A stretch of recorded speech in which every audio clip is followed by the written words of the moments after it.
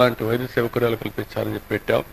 దీన్ని కూడా లాజికల్గా తీసుకుపోవడం కోసం ముందుకు పోవాల్సిన అవసరం ఉంది. ఇంకొక పక్కన మీరు ఒకసారి చూస్తే ఆ రోజు మనం అందరం శ్రీవారి సేవకులు కార్యక్రమం ప్రారంభించాం.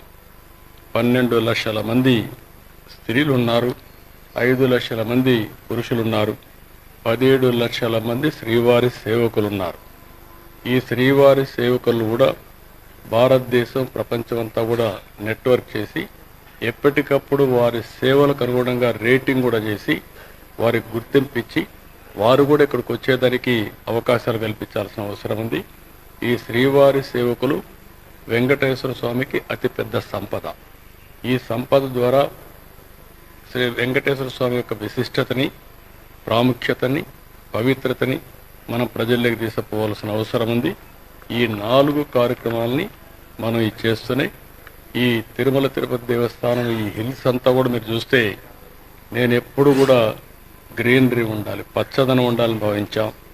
ఈరోజు దగ్గర మన వాళ్ళు ఇచ్చిన లెక్క ప్రకారం 80% గ్రీనరీ ఉందని ఇచ్చారు. అన్ని ప్రాంతాల్లో బాగా రాళ్లుండే ప్రాంతంలో కూడా చెట్లు పెట్టగలిగాం. దీన్ని కూడా లాజికల్గా తీసుకుపోవాల్సిన అవసరం ఉంది.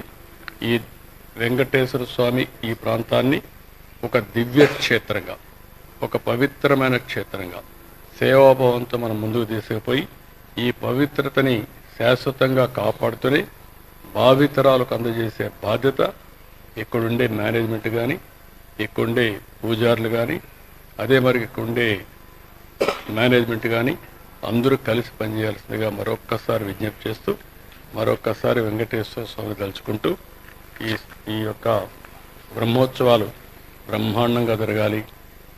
ఎక్కడ కూడా వర్షాలు ఇబ్బంది లేకుండా, సమస్యలు లేకుండా ప్రజలందరూ కూడా ఆనందంగా, ఆరోగ్యంగా, మంచి సంపదతో ఆనందంగా ఉండాలని నా కోరిక.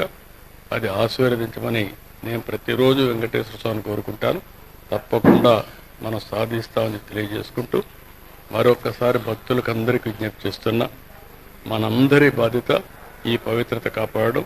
దానికి ముందుకు రావాల్సిందిగా మరొకసారి అందరికీ విజ్ఞప్తి చేస్తూ అందరికీ నమస్కారాలు.